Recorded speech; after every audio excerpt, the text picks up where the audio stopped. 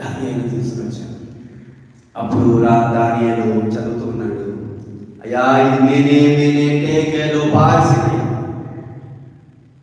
ఏంటయ్యా దీని అర్థం అంటే, దీని అర్థం ఏంటంటే నీవు తోకబడ్డావు, నిన్ను ఒక దగ్గర రాజా నిన్ను ఒక తోకంలో నిన్ను ఒక దగ్గర పెట్టారు, నువ్వు చేసే పనులు ఒక దగ్గర పెట్టారు, నువ్వు దేవునికి చేసే ఆ వ్యతిరేక పనులు ఒకవైపు పెట్టారు, నిన్ను ఒకవైపు పెట్టినప్పుడు నువ్వు కూలిపోతున్నావయ్యా.